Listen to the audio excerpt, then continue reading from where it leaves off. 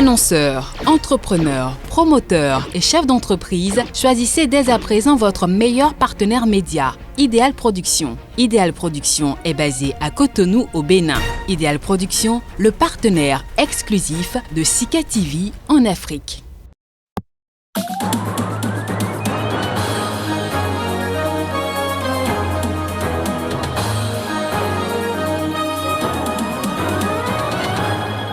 Assimi Goïta à la tête du Mali. Pour la transition, la communauté internationale le désapprouve. Que pensent les Maliens, eux, à propos? Quelques réactions enregistrées à Bamako, la capitale.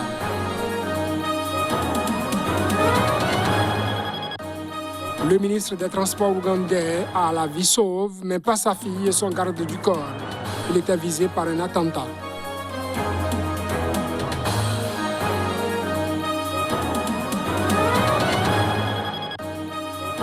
Un désaccord qui débouche à un pugilat. Scène peu ordinaire au Parlement panafricain. Nous sommes en Afrique du Sud.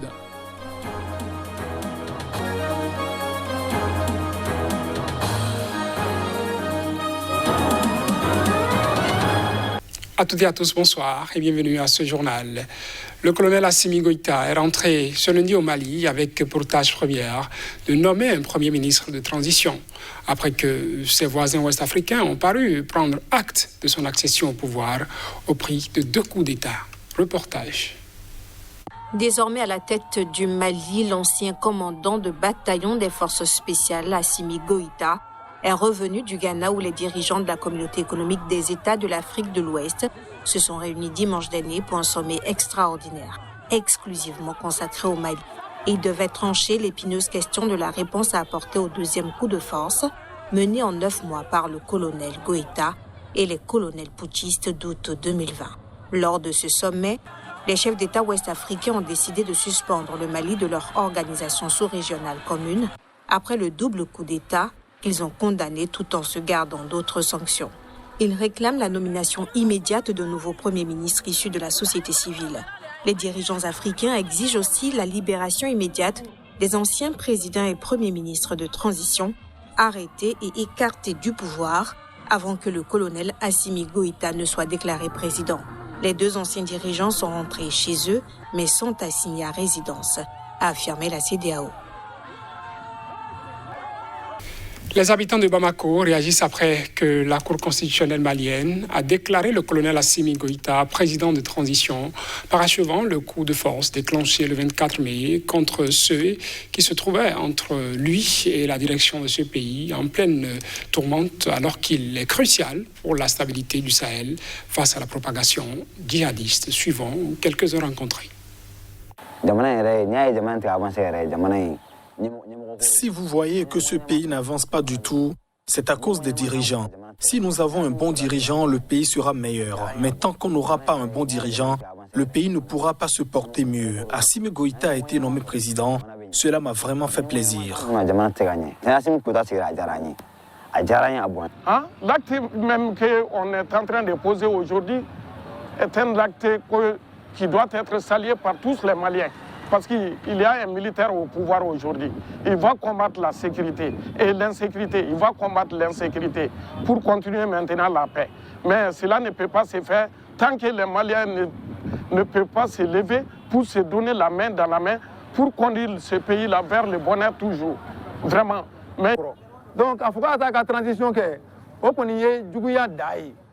Dire qu'Assimi ne va pas assurer la présidence de la transition, c'est de la méchanceté sans précédent. Assimi n'a qu'à faire que le bien. Il faut juste qu'il se mette en tête que la gestion du pays doit se faire dans les règles de l'art, qu'il restitue le droit. Je le dis et je le redis, ceux qui vont vendre le pays à l'étranger et venir s'asseoir en vrai chef pour un intérêt personnel, il faut les combattre par tous les moyens possibles.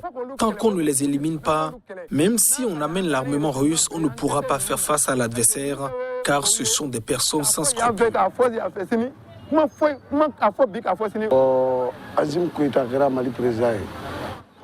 Assimi Goïta est devenu président du Mali. À mon humble avis, cela le lui revient. Et en plus, il est. Ça nous plaît à tous. Moi particulièrement, j'en suis vraiment ravi.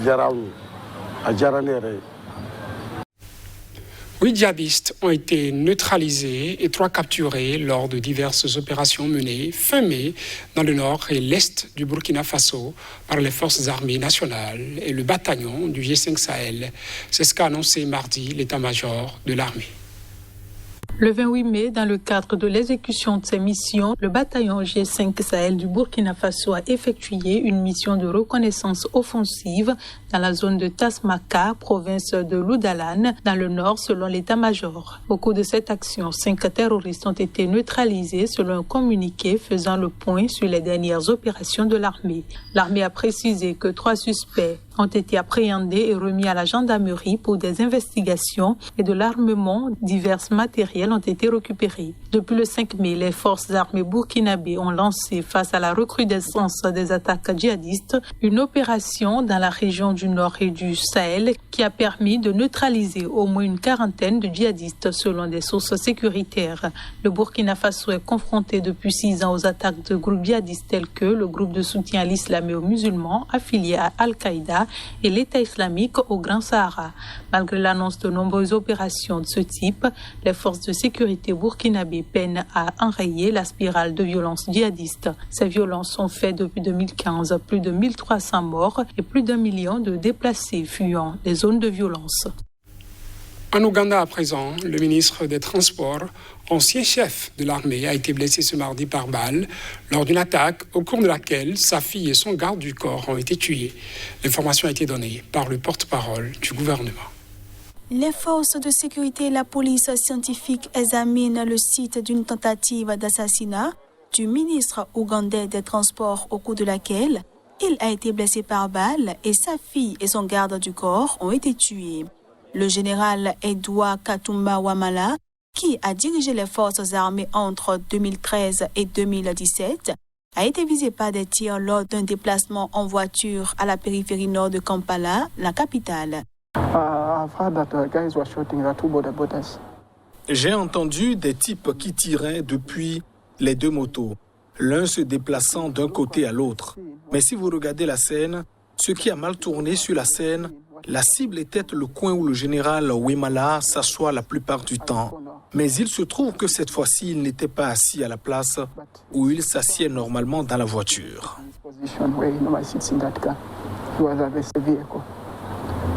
Si vous voyez les cibles des balles, elles le visaient, si je puis dire, pas ma sœur. Selon le porte-parole du gouvernement, les enquêteurs ont pris en charge la scène de crime. L'enquête déterminera le mobile et ceux qui sont derrière cette attaque, a-t-il ajouté. Des témoins ont affirmé à des chaînes locales de télévision que 4 hommes masqués se déplaçant sur 2 motos ont tiré à de nombreuses reprises sur la voiture du ministre. Cette attaque est la dernière en date d'une série de meurtres ayant visé ces dernières années des personnalités ougandaises selon un mode opératoire similaire. Les électeurs se sont rendus aux urnes dans la République autoproclamée du Somaliland pour des élections législatives et locales. Les autorités entendent démontrer par ce scrutin leur capacité à organiser des élections démocratiques et pacifiques dans la très instable corne de l'Afrique. Suivant. Plus d'1 million d'électeurs étaient appelés aux urnes lundi dans la République autoproclamée du Somaliland pour des élections législatives et locales, lors desquelles les autorités entendent démontrer leur capacité à organiser des scrutins démocratiques et pacifiques dans la Corne de l'Afrique. Cette région séparatiste du nord-ouest de la Somalie a déclaré son indépendance il y a 30 ans, mais n'est pas reconnue internationalement. Les électeurs à partir de 15 ans, âge légal pour voter dans le pays, doivent choisir parmi près de 250 candidats pour pourvoir les 82 sièges parlementaires et parmi environ 1000 candidats pour les 249 postes de conseillers locaux. La Commission électorale nationale a reconnu que les retards dans les scrutins étaient récurrents au Somaliland, tout en soulignant que tous se sont déroulés de manière pacifique et inclusive, un cas très rare dans cette région instable de la Corne de l'Afrique. Ce vote constitue un moment important pour la démocratie au Somaliland, a déclaré une équipe de surveillance indépendante financée par le Royaume-Uni. Elles doivent se tenir selon un système indirect où des délégués spéciaux investis par une myriade de clans et de sous-clans choisissent les parlementaires qui eux-mêmes désignent le président Le Somaliland a déclaré son indépendance de la Somalie à la chute de l'autocrate Siad Barre en 1991 et, bien qu'extrêmement pauvre, il a connu la paix et la stabilité alors que la Somalie plongeait dans le chaos. Le Somaliland a son propre gouvernement, sa propre armée et imprime sa propre monnaie. Mais il n'est pas parvenu à faire reconnaître son niveau international et fait officiellement partie de la Somalie. À Midrain, en Afrique du Sud, l'on a assisté à des scènes de chaos au Parlement panafricain suite à un désaccord au sujet de la réélection de son président. Des membres du Parlement en sont venus aux mains en se disputant l'urne de l'élection. Alors que les législateurs se disputaient la question de savoir si la présidence devrait être alternée par région, les élections à la direction du Parlement panafricain ont sombré dans le chaos ce lundi. Les chaînes de télévision locales ont diffusé en direct des images de la session dégénérant en pandémonium, montrant des législateurs se donnant des coups de pied et s'insultant les uns les autres. Un groupe de parlementaires a été vu en train de lutter contre une transparente. Pas de rotation, pas d'élection, ont scandé plusieurs législateurs, exprimant une demande de rotation régionale des postes de direction.